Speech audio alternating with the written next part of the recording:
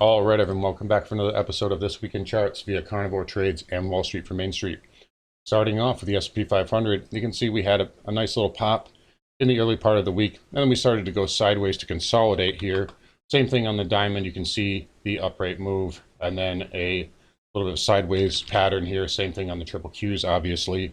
So market's looking like it wants to attack the highs here. We do have resistance at this trend line, and then if we do get above all-time highs, we'd have this previous topside trend line here to contend with. As of right now, we got a little bit of a pop off the CPI this morning, faded back in, and then a squeeze into the close. Market's really led higher by Apple right now. Apple basically is the market. Breadth was absolutely dismal again today. 1,911 advances and 2,814 declines on the NASDAQ. I did a little bit of work on Apple, and believe it or not, this can get up to a little bit above 200. Just maybe about 203, 205. That would be max move. Now, that's not to say it necessarily gets up there, but that is the max move I calculated. And we talked about this over the last few weeks. The strongest stocks are the last ones to go. So we've seen beatdowns in DocuSign, Peloton, Roku, Zoom, ARK. So, a lot of these weaker high flyer names, the mid caps, the high, the sexier growth plays are taking the biggest beatings right now. And we're seeing stocks like Microsoft, Apple, Google hold up. But even they, even the FANGs are starting to show some cracks. Facebook is nowhere close to the all-time high. So, there's, it's really all up to Apple right now. And really, Microsoft's hanging in there as well, and Google. But it's really Apple right now being the market here. And I still think it can hold up. I said it, we do have a little bit of a potentially a little bit more upside in Apple, but this market is getting pretty long in the tooth. Next week, right now, the market is waiting on the Fed, which is next week. There is expected to be potentially an increased taper in their asset purchases, so that is something the market's going to hang on. There's also a quad witching OPEX next week, so every asset class expires next Friday. And really what is going to drive the market is those two things. So that's going to be the fulcrum of the market going into next week. Now, Monday, Tuesday, we may see, maybe a bit of a muted response. We had some light volume Wednesday and Thursday this week. We also had a little bit of light volume today as well, to be fair. So we may see some kind of, boring kind of chop the first 2 days, and then the Fed should bring in some serious volatility, regardless of what they say, honestly, especially with the quad witch. So there's going to be lots of rumors, and there's going to be a lot of stocks, flying around and being whipped around next week. That is typical for OPEX. So last week, I want to clarify something a little bit here. So I talked about this on Twitter. I've been talking about this on my channel as well. When I say that there's too many bears in the market, and I talked about this earlier today and on my channel, but when I say there's too many bears in the market, I mean there's too many bears shorting the lows. And that's not to say that the market can't go down. So if you know me, I've been calling for more of a bear market in the latter part of 2021 to 2022. And that doesn't necessarily mean a crash. When you say that, oh, I'm bearish this, I'm bearish the market, people automatically assume you're talking about a crash. That's not always the case. A lot of the time, what you can have is a scenario like 2007. So the market, you have this little double top, you have some volatility down, find some support here in the monthly, bounce up, and then come back down, another leg, bounce, and then the crash, which happens at the end. So typically, when you have a market crash, it doesn't come from all-time highs like it did last year. That was an anomaly. That's something that's once in a lifetime type thing here. They literally shut the entire economy down, essentially. And that's why that caused this panic. You don't typically see that ever. So that's, it's very anomaly. We've gotten kind of trained to think that the market is just, if you're bearish, that means you're calling for a crash. It doesn't mean that. We can have, quote unquote, too many bears in the market, and we have a leg down, and then those bears get their faces ripped off. So you have a rip your face off rally. But then what happens is you can have a lower high, and then another leg down, and then another rip your face off rally, and another lower high. So there are scenarios where, short term, there can be too many bears. Everyone is trying to short the lows here. And, I told my patrons, I told members, like, no, you don't want to be short here. Let's wait and see what the market does. And sure enough, we had a huge rally here. We covered our shorts. We were short the NASDAQ. We were short AMD. We, took some nice profits right at the lows here, and then look at what happened. So there can be too many bears in the short term, but that does not mean the market cannot go lower. So I just want to clarify that for everyone. But in any case, let's flip over to some charts, and then I'll explain a little bit further, kind of like the 2 to 4 week outlook here. So let's look at the Russell 2000. So Russell coming well off the highs, as we know, had a nice little pop, and then you may have kind of and you're seeing this pattern on a lot of things right now, the move low, and then you have potentially like an ABC up. So here's your A and then B, C potentially. But if we look on the Russell 2000, the weekly, that is not a good candle. Yes, we were green for the week, but look at that rollover there. If we look on look at these trend lines back on, we found some support here, but that's an ugly, you tried to break out here and then you faded all the way back down, basically testing the lows from the summer. So Russell 2000 in a weak technical position, that's not a good look for the market in general. You want to see small caps at least holding up, and you want to see preferably small caps leading if the market is going to put in a major bottom or be in a bull market. What we're seeing right now, on the other hand, is the Dow leading. The Dow is actually the strongest of the 4 indices right now. Look at that V-shaped reversal there on the Dow. Actually made a new high yesterday for the week and finished higher today. Obviously, the S&P had a red day yesterday while the Dow was higher. What does that mean? It means blue chip stocks are outperforming. So when blue chip stocks are outperforming, it means that there's a little bit of hesitant to add risk in the market. Let's move on here. Let's talk about the transports. Look at the Dow transports. Nice little pop, obviously, from that the Avis budget move here, kind of skewing the chart, pulled back to support, held support, and now again you're kind of seeing this potential for an ABC kind of move up. But if we look on the monthly, look at that tail candle. If we can clean this up here, just look at the tail candle. That is a major reversal there.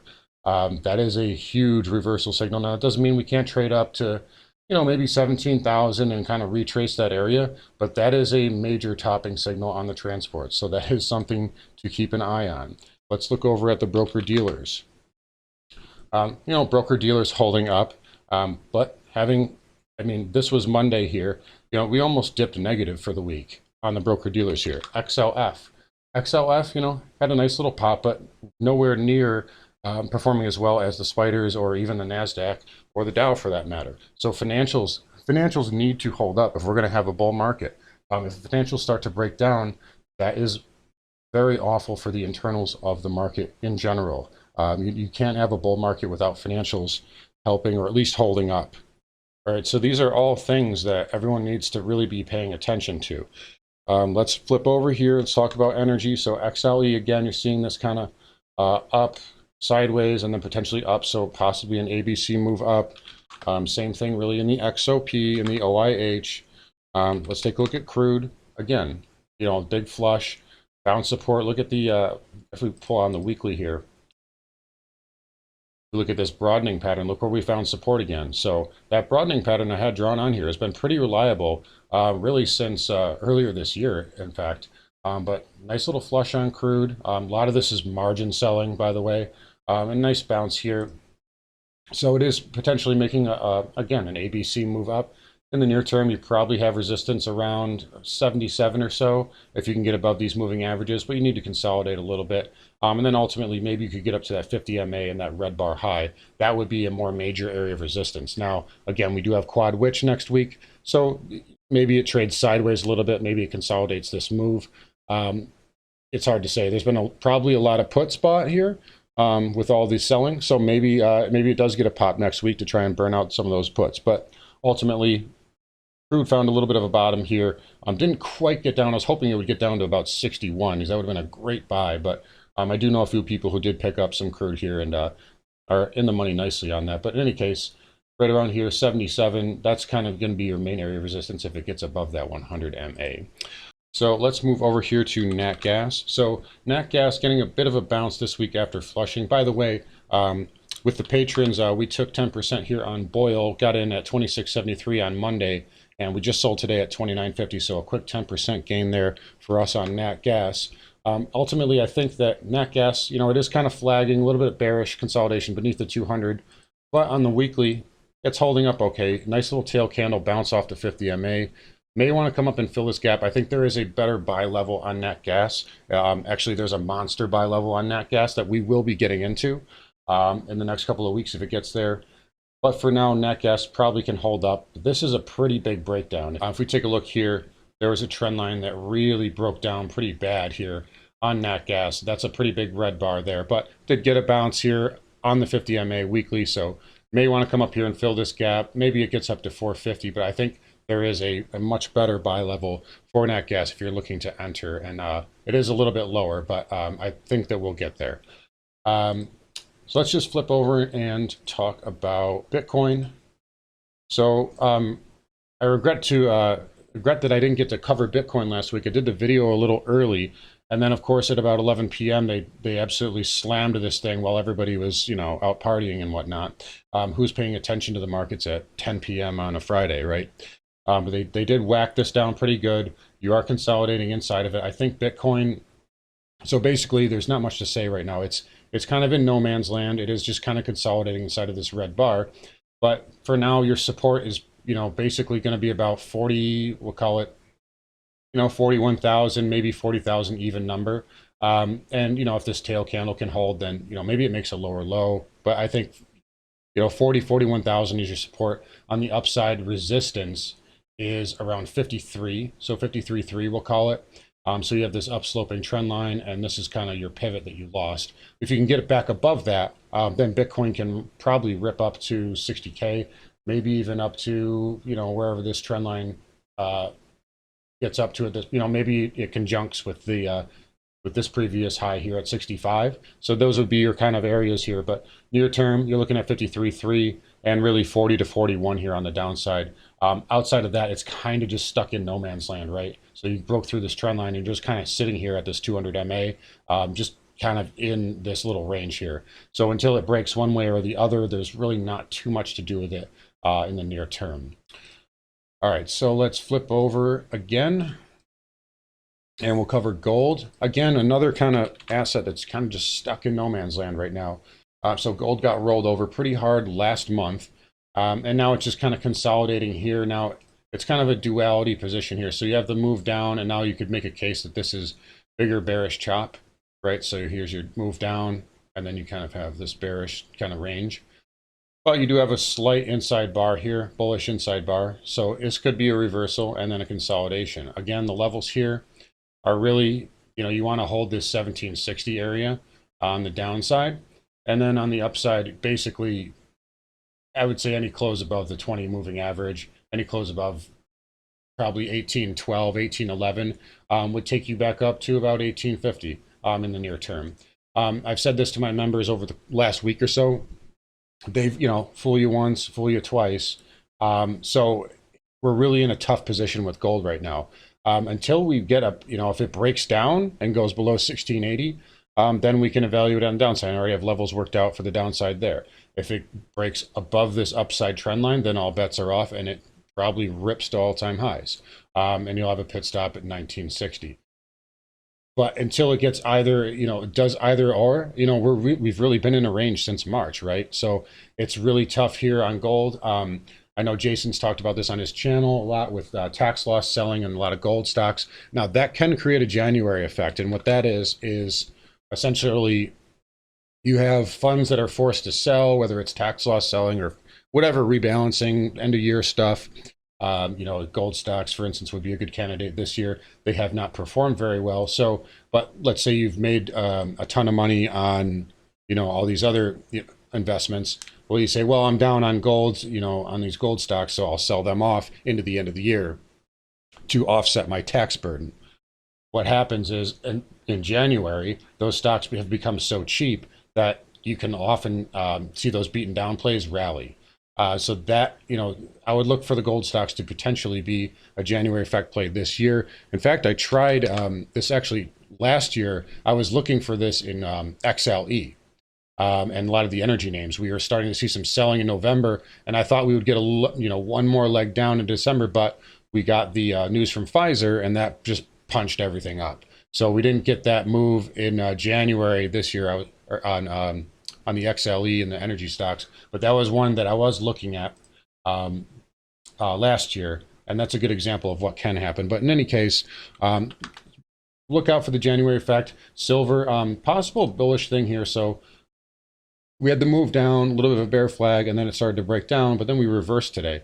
So if it can close back above this red bar high, you'd have a failed bearish breakdown, which would take you up to 23, possibly up to about 23.50 in the near term. But again, you really want to see silver hold this low here, especially at about, what is it, 21, 22. So essentially, silver also has been in a range for quite some time as well. So until it breaks either this area or really, you know, 29, 25, we'll call it, it's still kind of just in a choppy range. It's really hard to make anything out of it other than just short-term kind of, you know, movements. But in any case, let's quickly get over to uranium, because I know I get a lot of questions about that. Nothing's really changed from last week. You're still holding this area. The 75 handle goes. You go to 60, that's your best buying opportunity. Outside of that, if it can trade back up, you know, who knows, maybe it can challenge the highs. But those are your short-term levels there on uranium. In fact, I'll just put it in here for you. So if you lose 75, that's your buy right there, around 60. Lastly, let's talk about the VIX. So they did whack the VIX really hard, got all the way up to 35 here. And then, you know, we talked about this on Monday, I believe. I said if it hugs this trend line, just really you got to watch out. But they, you know, because that would tell you it's coiling to push higher. But they did whack it down pretty good. There is quite a lot of support right around here, around the 17 handle, I would say. But I think the VIX has got to go a little bit lower here. And then it's possible that we could have another volatility event. I do have another cycle penciled in for the later part of December. So that is something I am looking out for. You know, really in the latter part of the year, I've been pretty correct with my, you know, analysis as far as where the market is going. I said that the NASDAQ would be the first to top out, and that has topped out pretty hard here. And it has been a laggard with the exception of one or two stocks here. And we did make some money on the NASDAQ short. And we're also seeing yields kind of rebound here. So if yields start making another run, that is going to put pressure on tech. By the way, I pointed this chart out earlier this week. Look at all the bulls that got trapped here trying to buy this breakout on TLT. So major reversal this week on TLT. And if bonds continue to go lower, that will put pressure on tech again. And there's possible that, you know, a possibility that we do have another spike in volatility. And speaking of yields and inflation, you know, one last thing. I know this video has been a little bit long, but there's been a lot to cover. Appreciate you guys bearing with me. But I want to point out this one last thing on copper. I know a lot of you guys follow the copper market. So copper has been a little bit soft over the last couple of weeks, but it has held this green bar here on a weekly basis. So copper could be still setting up. This is all still bullish consolidation inside of this green bar. So as long as it holds this low here at 425.55, copper could make another move up to challenge the high. So if we get another kind of inflationary push, maybe it's spurred by yields or something, copper could also move higher. But I just wanted to give you guys that little tidbit there, because I know a lot of you guys follow copper as well. But in any case, till then, maybe the market wants to make a new nominal high. I don't expect it to last very long, but it is a possibility. So we'll just keep that on the radar. Again, watch financials. They're going to give you a clue. Also watch the semiconductors. If the semis start to break down, that is a very powerful leading indicator as well. In any case, guys, take care. Thanks for watching. Check me out on Twitter, YouTube, Patreon, if you want some more swing trading analysis and videos. Anyways, guys, thank you, and I will talk to you next week.